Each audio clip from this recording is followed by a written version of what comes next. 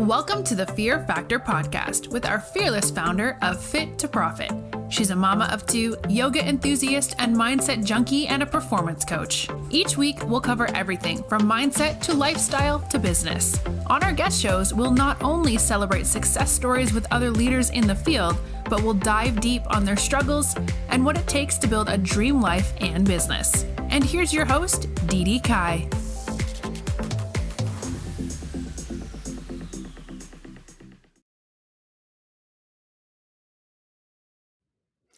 Hello there, everyone. Thank you so much for tuning in. And again, I am back with another segment, and today on one of my all-time favorite topics. And today we're going to talk about how to build more confidence.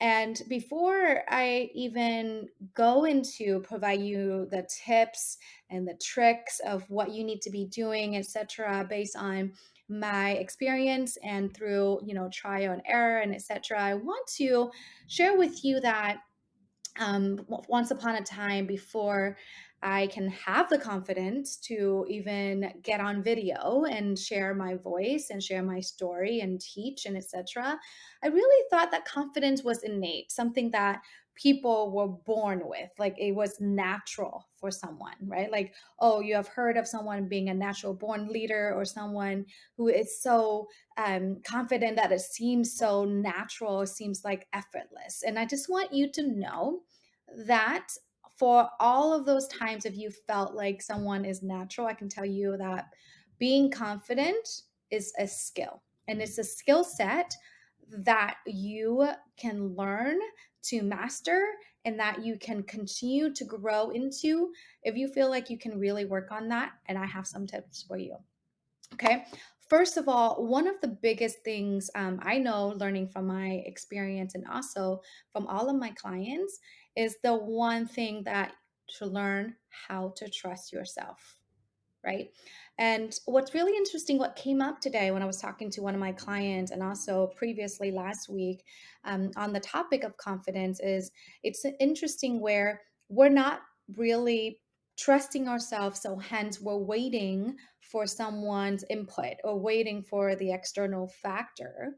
And how someone seems so natural when it comes to making decisions is because they trust themselves.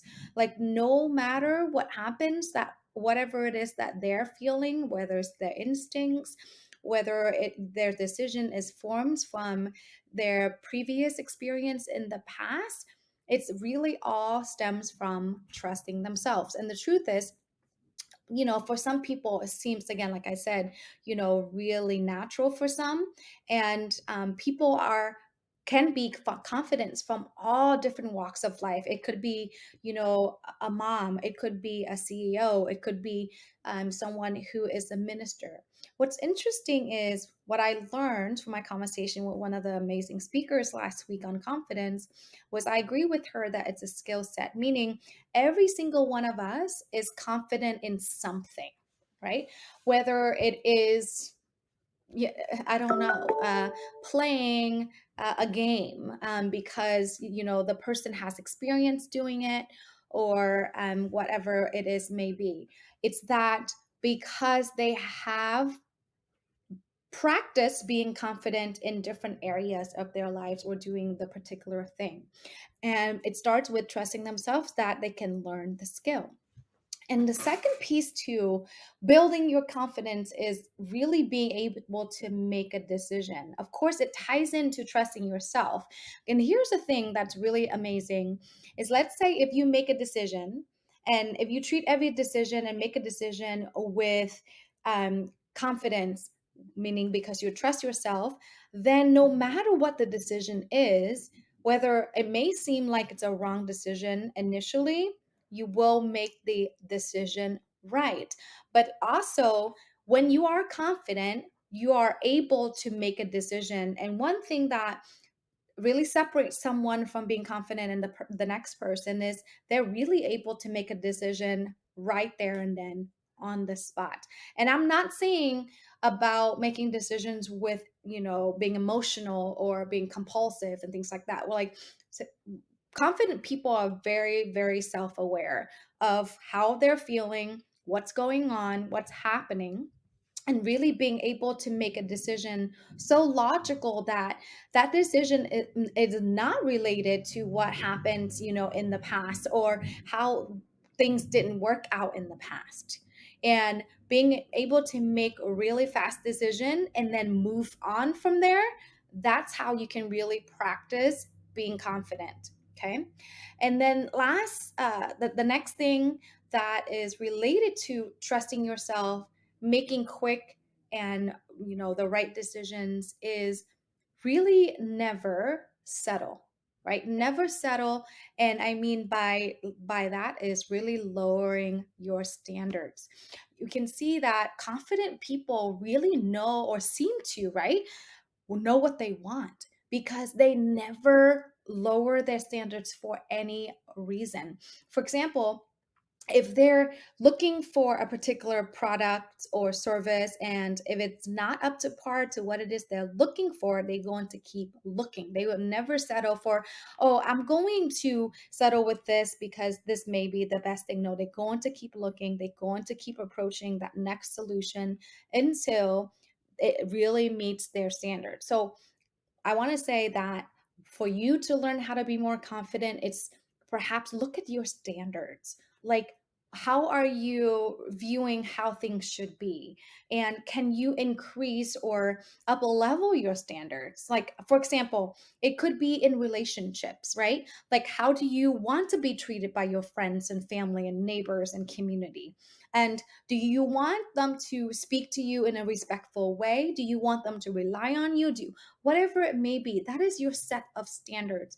And I would say to always, if anything, up level, to never lower. Because if you start with where you are, that's really the baseline. And if you're working to be more confident, it's important that you higher your standards, or heighten your standards rather, and work on achieving that next level, because in that place then you can really grow into being more confident onto that next version of yourself.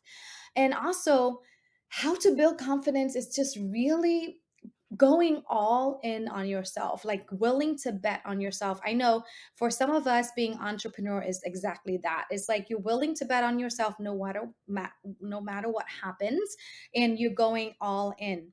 And the hard truth is that it's really hard to accept that for someone to build confidence on a business. But I have shared with you already on previous episodes or segments that building a business is like self development on steroids. And if you really want to build yourself, or you want to learn to be more confident, start a business, because that's where you really get to exercise what you are made of. You learn how to trust yourself, you learn how to make really great decisions, and even bad decisions, right? You know how to up level your standards, and then you know how to really invest in yourself and really build yourself up, like there, it's like your life depends on it, because it really does. Can you imagine if you were confident in every area of your life? And I mean, for me, it's being a mom, and being a great mom is important to me. Being a great member is important to me. Being a great leader to my team and my staff is important. And so, if you can do all of that by being relentless, by in investment in yourself and building your self confidence in that way, then that's how you can really succeed. And then another great way to really go in all the way is to treat every opportunity as if it's already done, right? Like when you're feeling like, oh, done. When you're thinking about the idea and you're already thinking, wow, how can I be so successful in that? And you're operating from a place that if success is the only option. And what if success is the only option, right? Because when you focus on, failure, chances are your brain is going to gravitate to, oh, I'm thinking about failure. I'm going to problem solve how I'm going to fail versus how am I going to be successful in this? The brain, you guys know I already have a cognitive psychology background. So usually what happens is if you think about something, your brain is hooked onto that, and it's going to always try to problem solve. And rather than thinking about something about you failing, think about it being successful, what success looks like. And then when your brain is fed with that information, it's going to start problem solving for you. So act as if success is the only option. And this next tip is going to help you by really looking at failure differently. I know you've heard me before if you've been following. I teach that failure is never a bad thing. It's actually a catalyst to your own success. It's a catalyst to helping you build confidence, because failure is feedback.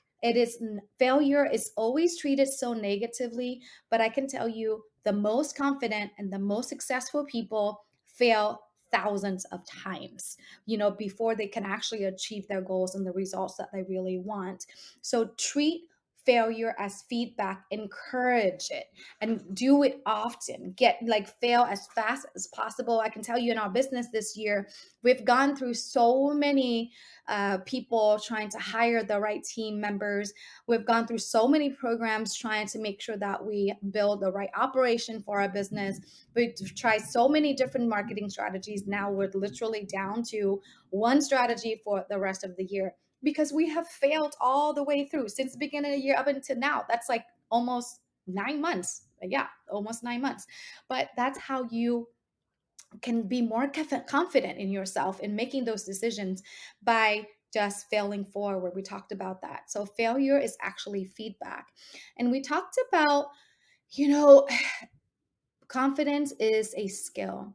So you have to practice it. If you do the above, all of the above or any of the above, that allows you to have that daily practice on trusting yourself, on making the right decisions, on investing in yourself, in acting as if success is the only option, all of the things. Treat it like it's a practice. And every single time you do one of those things, acknowledge yourself for it, offer yourself an opportunity to be better at a particular task or opportunity every single time, and then really see that, the possibilities, right? Like unlimited possibilities when it comes to problem solving, when it comes to doing things. So really do that. And then this piece also is super important, and you hear about it all of the time, and people undervalue it so much, especially with women in business and also moms, because you're like, oh, I have to take care of everyone else. I can't take care of myself. Here's the thing. If you are not taking care of yourself, chances are you are not going to be confident, period. Because you don't feel good in your own skin. If you're not exercising, if you're not sleeping, chances are you'll be cranky. If you're not drinking enough water, you don't have enough nourishment for your brain, you're not thinking clearly, all of the things. So if you're not taking care of yourself, chances are, I can almost guarantee you probably won't feel very confident about yourself. So that's one of the really most important keys for us women, especially women in business and momspreneurs, is you have to take care of yourself if you want to build more confidence. And then these last two are really of one of my two of my favorite tips of all times is master your own life. And what I mean by that is really truly take responsibilities for your own life, for the good, the bad, or the nothing, meaning like you don't have the thing yet, you don't have the results yet, and you get to truly be responsible for all of your successes, all of your feedback, all of your failures, all of the things, because you get to create whatever it is that you ever wanted in your life. So master your own life, take full responsibility for everything. And last but not least, again, it's going to be really hard for some of us. I am a recovered people pleaser. So saying no is really hard. So for you to be able to build your confidence, with the last piece to all of it is learn how to say no. And in fact, say no more often, because in that place, then first of all, you can really create space for something new. You can really create space for self-care. You can really create space for, investing in yourself. So those are my tips for you in terms of how you can build your confidence. Just a recap on all of it. The first thing is know that confidence is the skill set that you can learn by trusting yourself, by by making sharp and quick decisions, by never settling for less or lowering your standards, by investing on yourself, building yourself up like your life depends on it. You want to act as if success is the only option. You want to treat failure as feedback. You want to make it a daily practice for you to build confidence doing all of the things that I'm sharing, or even one of the things, right? Mastery is when you do it 1,000 times, actually 10,000 times. Take care of yourself. You want to master your own life by being responsible for everything that's happening in your life or not happening in your life.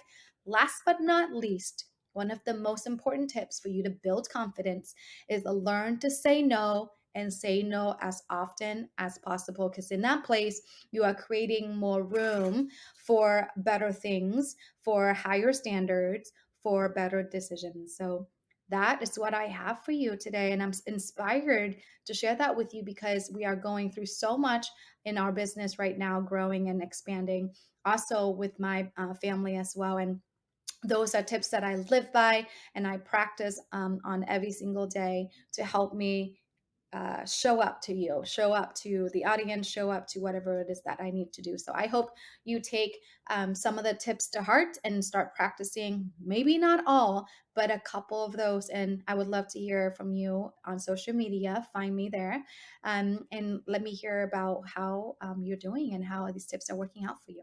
Thank you so much for tuning in, and I'll talk to you guys soon.